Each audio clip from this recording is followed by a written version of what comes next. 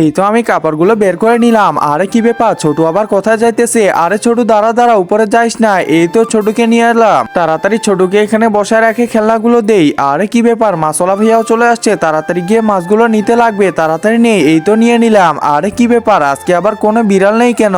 কিছুই তো বুঝতেছি না, যখনই মাছ নিতে আসি তখনই তো অনেকগুলো বিড়াল থাকে, আজকে কোনো বিড়ালই নাই। কি ব্যাপার, কিছুই হলো নাকি? আরে উপরে আবার কি ওইটা? আরে কাক তো ঠিকই আছে, তাহলে এই বিড়ালগুলো কোথায় গেল? তাড়াতাড়ি মাছগুলো পরিষ্কার করি। আরে না না, একদমই ভালো লাগতেছে না। কোথায় বিড়াল তোমরা? তাড়াতাড়ি আসো, মাছ খাইলে তাড়াতাড়ি আসো। আরে এরা তো শুনতেইছে না। আর ছোট উপরে কেন যাইতেছিল? তাড়াতাড়ি গিয়ে দেখতে লাগবে তো আমাকে।